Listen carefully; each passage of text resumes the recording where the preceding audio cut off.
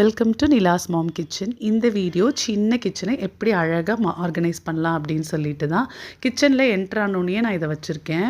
வெங்காய கூட பெரிய வெங்காயம்லாம் வந்து ஸ்டோர் பண்ணுறதுக்காக இப்படி வச்சுருக்கேன். அது ஓப்பனாக இருக்குது. இன்னொன்று பார்க்கறதுக்கு அவ்வளோ நீட்டாகவும் இல்லை. இன்னொன்று இது நான் ஃப்ரூட்டையும் வந்து ஸ்டோர் பண்ணணும். எல்லாத்தையுமே ஒரே இடத்துல வச்சிட்டோன்னா ஒரு இடமா முடிஞ்சிரும் அப்படின்னு நான் இதுக்கான ஆல்டர்னேட் தேடிட்டு இருந்தேன். அப்போ தான் எனக்கு கண்ணில் பட்டது இந்த ஒரு விஷயம். இது மல்டி பர்பஸ் ட்ராலி. இது வந்து 5 ரேக் 4 ரேக் அப்படி வருது.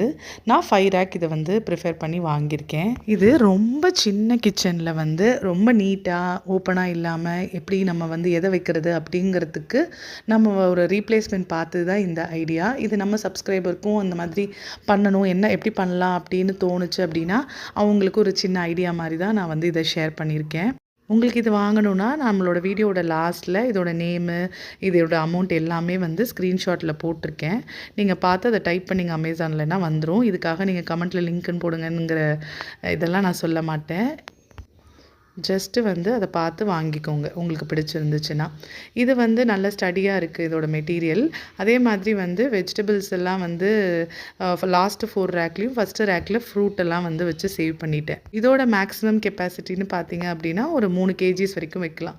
பெரிய வெங்காயம்னா 3 கேஜிஸ், பழம்னா ஒரு 3 வெரைட்டிஸில் ஒவ்வொரு கேஜிஸ் வைக்கலாம், தாராளமாக வைக்கலாம். இதோட ஹோல்ஸும் சின்னதாக இருக்கிறதுனால கொசுலாம் ரொம்ப உள்ளே போகிறதில்ல. ரொம்ப நீட்டாக என்னோடய சின்ன கிச்சனில் காம்பேக்டாக அழகாக செட்டில் ஆகிடுது. உங்களுக்கும் இந்த வீடியோ யூஸ்ஃபுல்லாக இருந்துச்சுன்னா கண்டிப்பாக நம்மளோட சேனலை ஃபாலோ பண்ணிக்கோங்க. இன்னும் சின்ன கிச்சன்லாம் நான் வந்து எப்படி ஆர்கனைஸ் பண்ணுறது அப்படின்னு ஐடியா இல்லை அப்படின்னா இன்னும் நிறைய வீடியோஸ் நான் வந்து ஷேர் பண்ண போகிறேன். ஃப்ரிட்ஜ் எப்படி ஆர்கனைஸ் பண்ணணும், இன்னும் சின்ன கவுண்டர் டாப்லாம் எப்படி ஆர்கனைஸ் பண்ணணும்னு நம்ம வீடியோஸ் போட போகிறோம். ஸோ நம்மளோட சேனலை ஃபாலோ பண்ணிக்கிட்டீங்க அப்படின்னா கண்டிப்பாக என்ன மாதிரி திங்ஸ் எல்லாம் வாங்கணுங்கிறதுக்கான எல்லாமே நான் போடுவேன். ஸோ அதை நீங்கள் பார்த்து தெரிஞ்சுக்கலாம். அதே மாதிரி இந்த ஃப்ரூட் பேஸ்கெட்டுக்கு மேலே டாப்பில் இந்த பாருங்கள், இந்த ஸ்கொயர் மாதிரி கொடுத்துருப்பாங்க.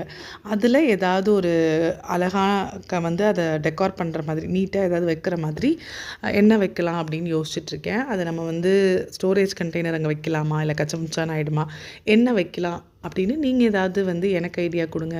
அப்படி ஒரு வேளை உங்கள் ஐடியா ஏதாவது நல்லா இருந்துச்சுன்னா அந்த மாதிரி ஏதாவது வச்சுக்கலாம்.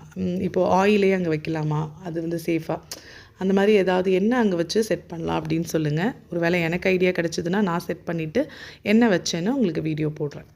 இந்த மல்டிபர்பஸ் ட்ராலியை வந்து இந்த மாதிரி பேஸ்கெட்டாகவும் யூஸ் பண்ணலாம், இல்லை க்ராசரி பேஸ்கெட்டாகவும் யூஸ் பண்ணலாம். எல்லா பேக்கெட் ஐட்டம்ஸையும் இதில் அழகாக ஸ்டோர் பண்ணி வச்சுட்டு ஆயில் ஐட்டம்ஸ் எல்லாம் ஒரு பேஸ்கெட்டில் வச்சுட்டு மிளகு ஜீரகம்லாம் ஒரு பேஸ்கெட்டில் வைக்கலாம். ஸோ இது வந்து கண்டிப்பாக யூஸ்ஃபுல்லான ஒரு விஷயந்தான். செக் பண்ணி பாருங்கள்.